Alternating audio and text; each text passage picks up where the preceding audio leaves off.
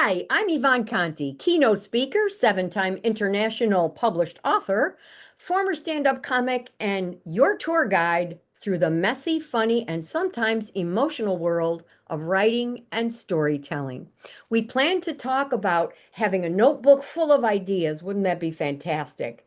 We're going to talk about story structure and motivation and how to find an agent. Would we self-publish or do we get a traditional publisher? And what about promotion? Is it fiction, nonfiction, memoirs? How about a horror story? Or let's talk about the ugly first draft. Everything that has to do with creating a masterpiece is going to be covered on this podcast. And each week, I'll invite a different friend and expert in these areas to help us to just get better at what we want to do.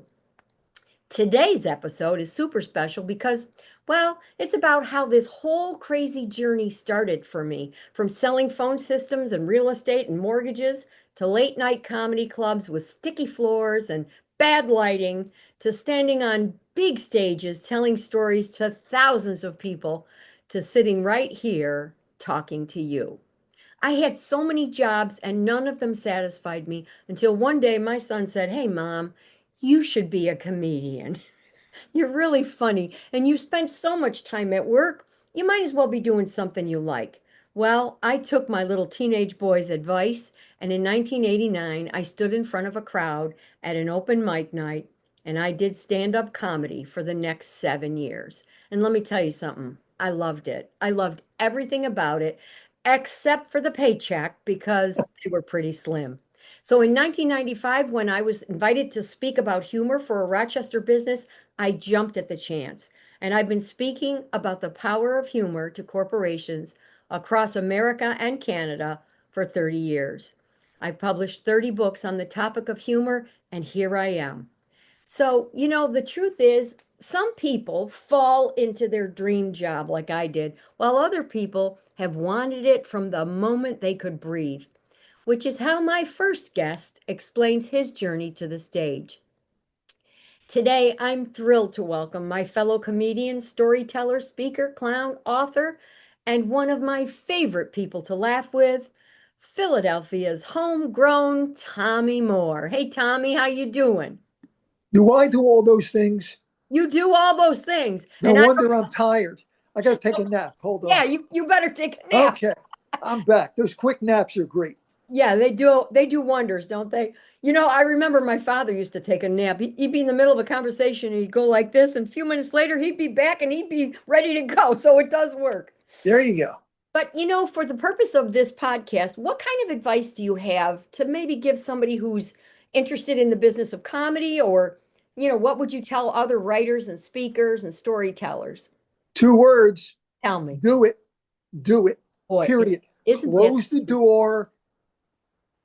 Take the phone off the hook and do it. that's Okay. right. Look at all the great people. They all did. Everybody who ever became great started by doing it. I mean, think about That's true. Michelangelo. Michelangelo took 7 years to paint a ceiling. I had a landlord like that once.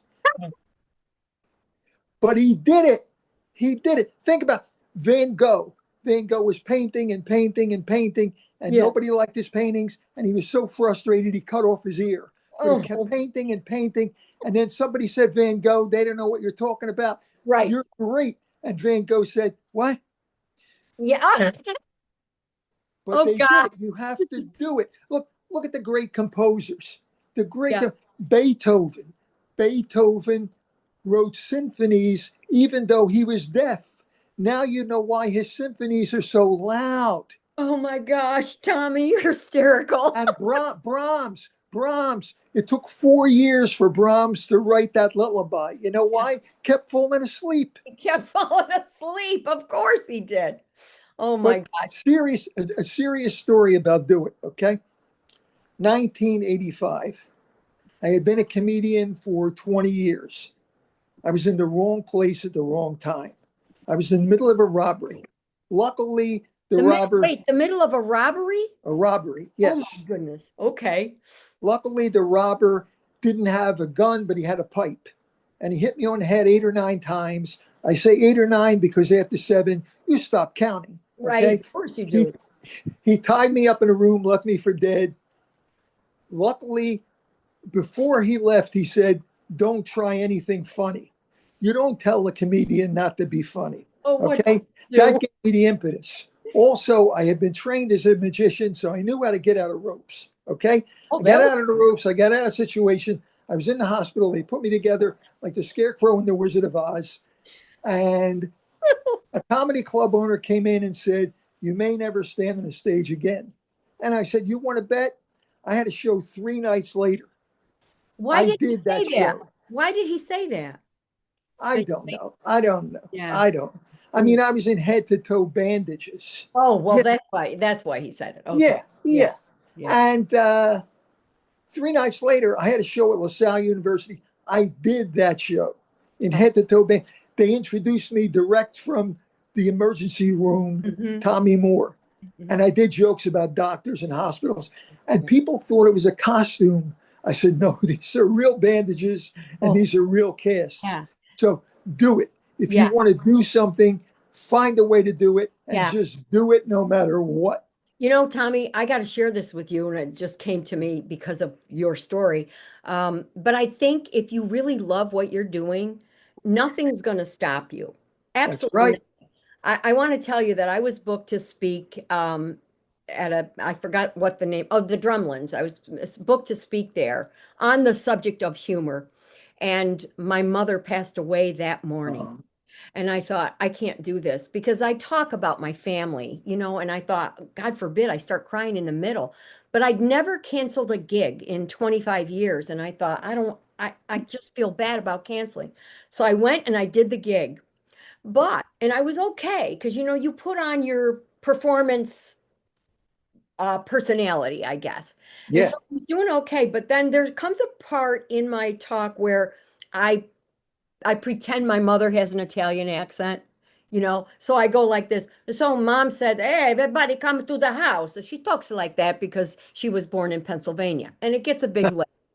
Well, when I did that part, all of a sudden I got really clammy and I thought I was going to cry. And I said, I got to tell you, my mother passed away this morning, and I don't know if she's like between here and heaven. I don't know if she can hear me, but she would be so upset if you walked away thinking she couldn't speak proper English because she speaks beautiful English, and the audience didn't know whether that was a joke or not. But I mean, it just came out, ended up working perfectly, and everybody was happy. And it, That's yeah. great. But the thing is, we don't give up. If this is something we love, whether you're a writer, a speaker, an entertainer, no matter what it is, if it's something you love, you're not going to let anything get in the way. Nope. And I tell people, a lot of people say, "Oh, I want to do this. I'd like to do this." No, no, Yeah. no. And You just, have to need to do it. You well, have that's to true. need to That's do it. true. And then you will do it. Yeah. I oftentimes will say to my daughter, I'm getting down. I don't know why. I need to go speak somewhere because it pumps me up. I think I get more out of it than the audience. But I want to hear about how you started. I want to hear how did this uh, urge and need to be an entertainer, how did that start with Tommy Moore? Okay.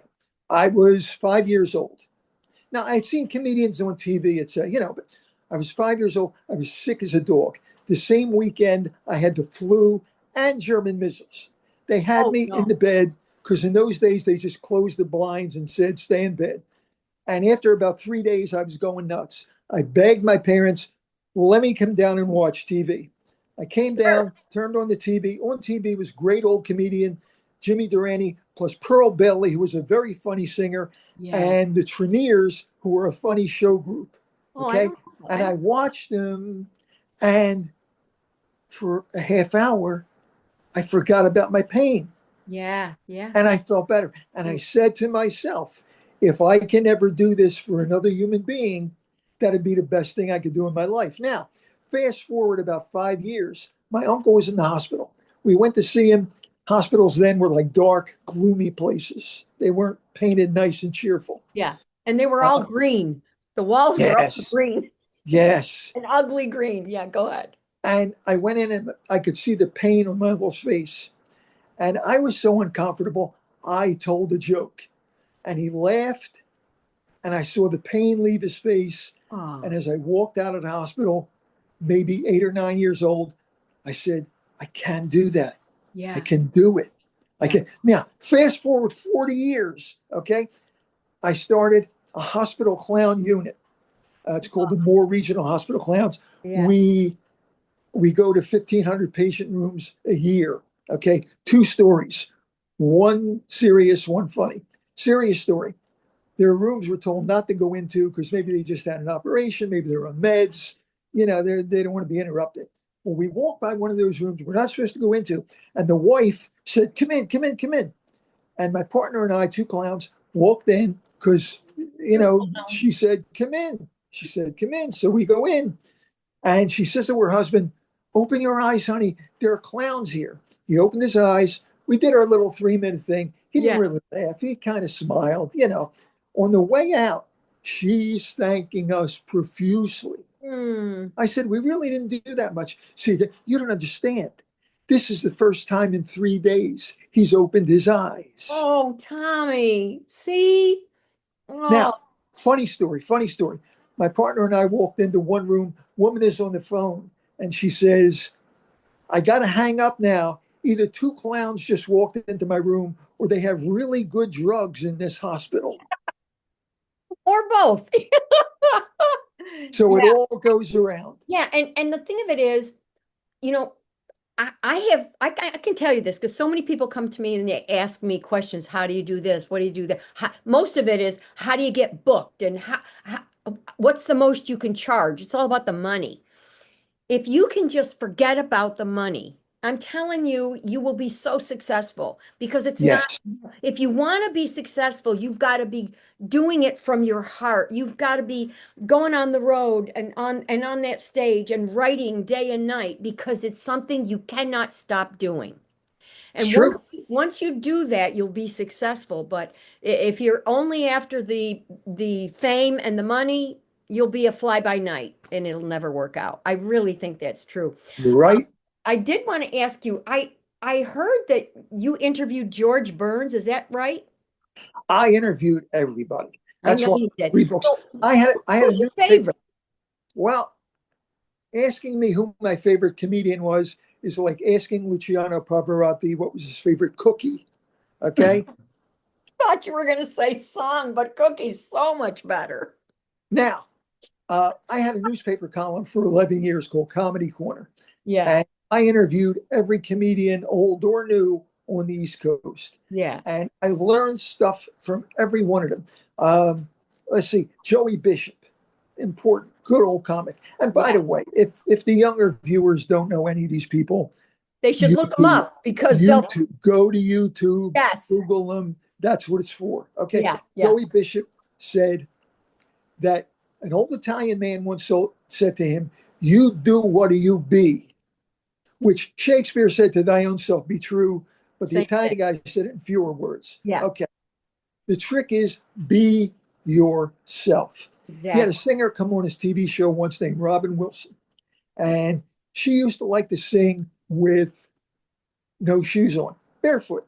And Oh, she I was worried remember. because it was her first time on national. She said, Yeah. "Should I do it barefoot? Should I wear shoes?" He said, "You do who you are, Yeah. because if you do who you are, you run one risk. Hmm. The risk is they won't like you. Yeah. If you do something you think they will like, you run two risks. Yeah. Number one, they won't like you anyway, and you wonder if you did it your way, they would have Would you liked have? you. Yeah.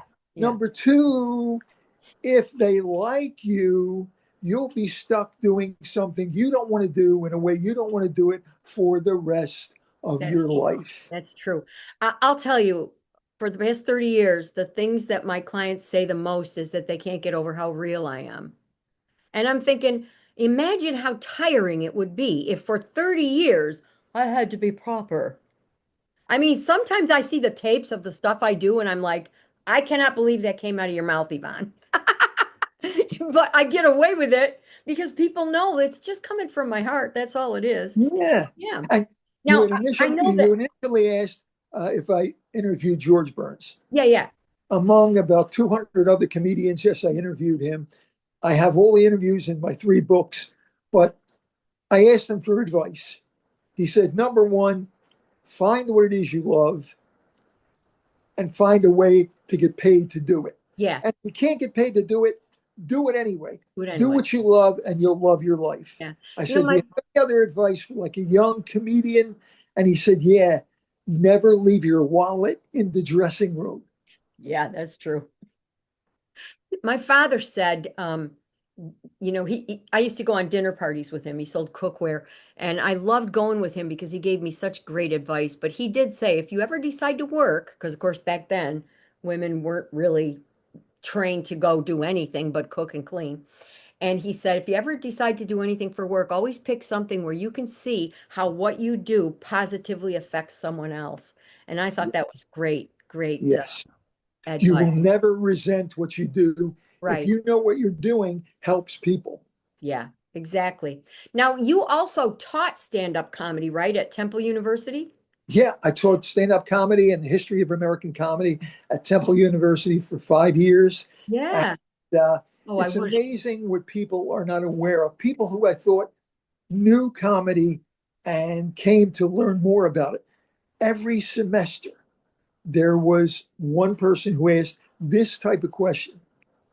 They said, I went to see somebody, I went to see Robin Williams twice, and he did the same material. Oh my I God. said, yeah. And He said, I thought you just walked up and talked about whatever you thought that day. oh my I God. said, no, you have no idea the amount of preparation Yeah. it takes. Yeah. And I'll tell you Robin Williams' story. I had a comedy club I co-owned for 11 years. And one day a car pulled up and a guy got out and said, can we get 4 tickets? And we said, no, we're sold out. He said, goes back to the car, comes back and he said, my friend in the car says, if you can get us 4 seats, he'll come in and do a free show. I said, who's your friend? He said, Robin Williams. Oh my gosh. Yeah, We you went, found we this. looked in the car. It was Robin Williams. We found 4 seats. Yeah, yeah, yeah, Okay. yeah. He Yeah. came in. He did an hour. He Mm. liked it so much. He came back. The second show did another hour. The next day, every friend I had was mad at me because they said, you had Robin Williams and you didn't tell me.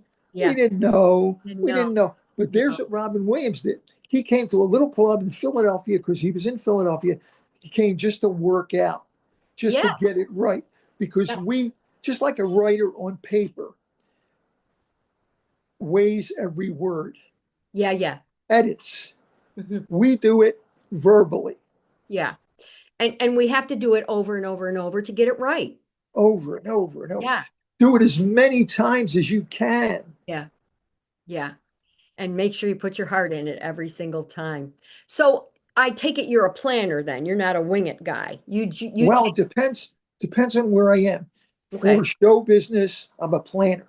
Every word, every syllable, it's all planned. Okay? Okay. Off stage, que sera, sera. I'm Yeah. not in control. Think about the things we're not in control of the weather. We're No, not in control of politics. We're no. not in control of our friends. We're We're not not in control of everything. Que sera, sera. Do the best you worried. can. Yeah. Roll with it for that. But on stage, I'm in complete control. I have to be. I have to be. Yeah. Yeah. Yeah. I love that my life went from being in a business world to being on the comedy stage and then to be a speaker because that time in the business world taught me what people in business actually need. And then on the stage, I learned how to control an audience. I learned how to respond to an audience. I learned stage presence, all of those wonderful things. And then as a speaker, of course, I put everything together and came out with a beautiful thing to do for the rest of my life, but absolutely did not plan any of it. In fact, I've had some people say, you've been funny your whole life. Yeah, well, there's a lot of people that are funny, but that doesn't mean they can make a career out of it. Because I remember when I was a little kid, my first memory is that I could imitate. Do you remember Topo Gigio from the Ed Sullivan Show? Kiss me goodnight. Everybody's saying that. There he is, right here, Topo Gigio. Eddie, kiss me goodnight. My mother used to laugh so hard at that. Honestly, And by the way, do you know who wrote all of Topo Gigio's scripts? no, I don't. A very young Joan Rivers. Oh, well, that doesn't surprise me one bit because I worked with Joan Rivers. And by the way, I loved her. She was a sweet and kind and gentle woman, Yeah. and nothing like her persona on the stage. And she actually gave me a line because she heard me speak, and so she said, "Here's what you should say." So she corrected and helped me with something. I mean, just generous over. But don't you think most comics are? Most are. Yeah. Yeah, Now, I did a show with Joan. We did a TV show together. And on break, I said, because I was a young comic, that's what they used to do. They would get a big star and they would get a young comic and they would put them together. Okay. sure, And on break, I said to her, the agents are making me nuts. One is saying, do this kind of material. The other is saying, do that kind of material. yeah, She said, forget about what anybody says. You go out there, you do what you want to do. What works, you keep. What doesn't work, you throw away. That's exactly. simple. Great. Yeah. Do you know oh gosh, now I can't think of his name, but he was in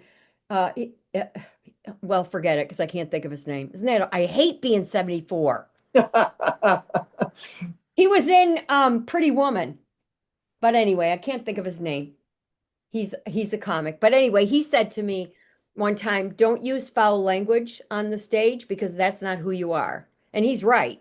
That's not who I wasn't brought up that way. So, they tell you these little things along the way, and it helps you. And I love how comics are always so eager to help one another. It makes Yeah, it. And by the way, I haven't done stand-up comedy in years, but I'm still invited to the every year we have a comedy breakfast the day after Christmas, and all the comics from Syracuse come home to be with their families, and we all go out for breakfast the next day. You can't get a word in edgewise because everybody's trying out their new material, but it's a sure. lot of fun. So, what kind of advice would you give to somebody that wants to tell their story, but they feel stuck or they feel scared?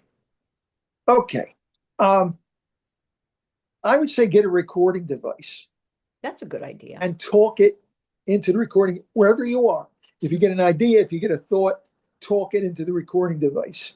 Yeah. It's easier to do things chronologically.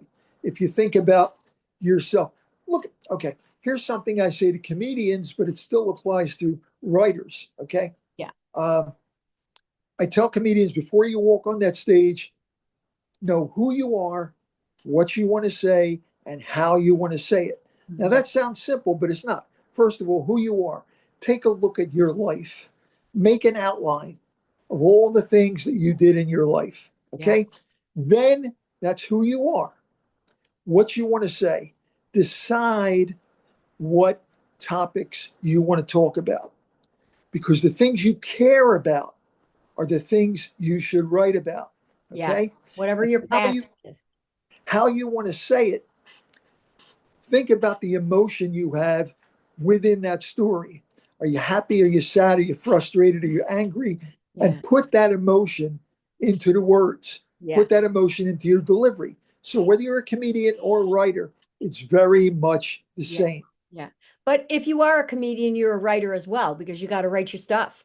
Oh, yeah. Right? So we're all in the same boat. By the way, did you know, I read this somewhere that the funniest, most creative people are born in December. Did you know that? Well, December 7th. 1950, right? Yep. I'm December 6th, 1951. Can you believe it? There you go. Way We're to we're go. one day, 1 year apart. And you know who discovered that fact? Who? Somebody who was born in December. That's probably really true. Oh my gosh. Well, if somebody made a movie about your life, Tommy, what would be the title? If somebody made a movie of Tommy Moore, Okay. The title would come from a story. I'll give it to you at the end. let's hear the story.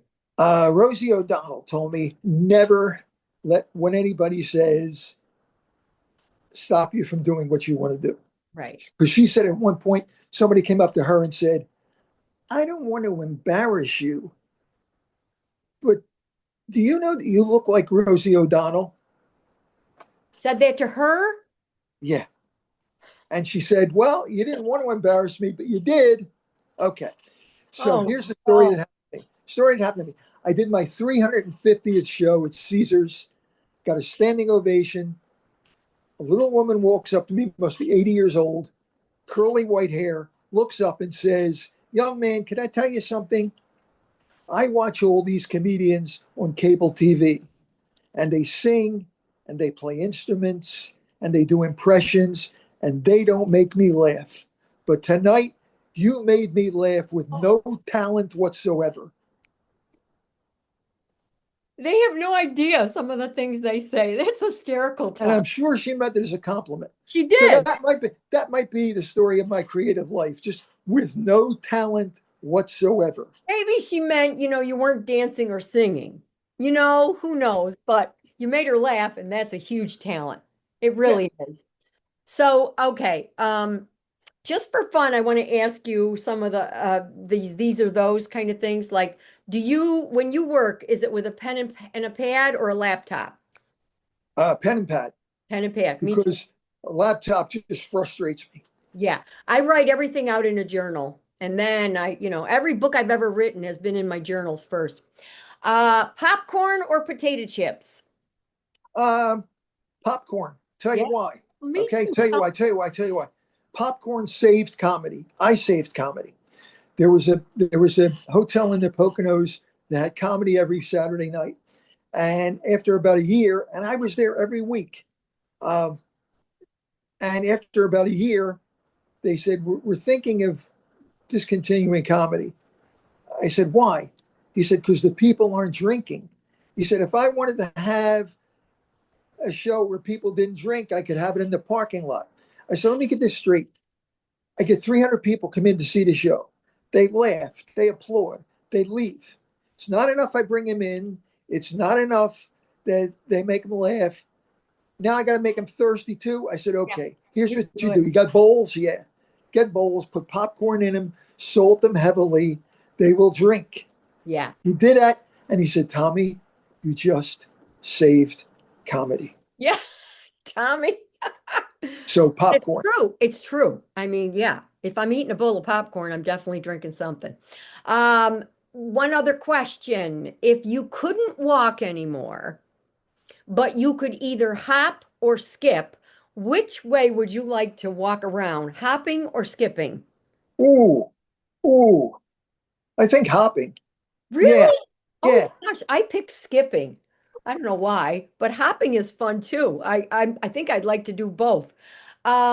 If they wrote a story about you, oh no, if you watched a show on TV, would it be a romantic comedy or a horror film? Neither one. Yeah, I was going to say, Watch anything that's serious. I only watch comedies. I only watch musical comedies from the 40s and the 50s. well, I have not a no time romantic. for serious. Life is too serious. Yeah. No, What thank you. about your wife? Does she like romantic comedies? Um, she she likes end of the world stuff. Oh my gosh. Okay. Well, Yeah, we've got to kind of close it up a little bit here, but in 3 words, Tommy, how would you describe your life in 3 words? just have fun. Perfect. Perfect. Well, thanks for joining Tommy and me on this walk down memory lane, and thanks to my good friend Tommy Moore for making me laugh like we're back at the club on a Saturday night. And Next, can I say one thing? You were sure. talking about, being old and that don't give up because you're old. Do No. it. I don't care if you're 90 years old and you want to write your memoirs, because I perform at all the Century Village theaters. Yeah, This yeah, is for people who are 100 years old and their parents. yeah, Okay. yeah. These people are old. Yeah, I mean, they're old. I mean, I'm old, but these people are really old. You Really know what I old. mean? Like John Philip Sousa played at their prom. Yeah, Okay. yeah. One couple was 80, 85. They had just gotten married. That's so The sweet. groom was 80, the bride was 85. They wrote their own wedding vows. They didn't say I do, they said we'll try. We'll Okay. see.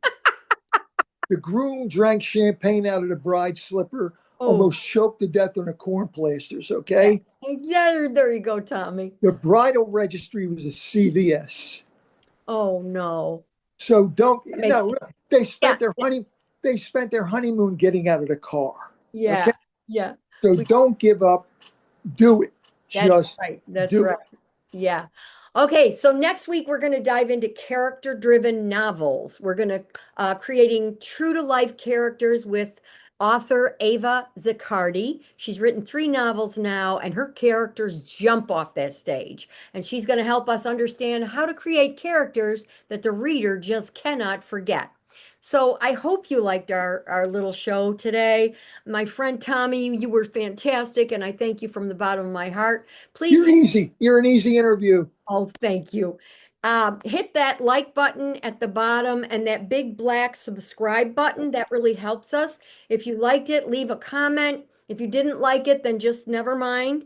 And I'll see you next time on Punchlines, Plots, and Procrastination. This is Yvonne Conte, inspiring joy, sharing truth, and changing lives. Make it a joy-filled, beautiful day. Bye-bye. How'd we do, Tommy? Did we do okay? Yeah. Good. We got 1 second left. We did good. Thank you so much. I appreciate it. Thank you. I'll give you a call in a bit. Okay. Okay, bye-bye.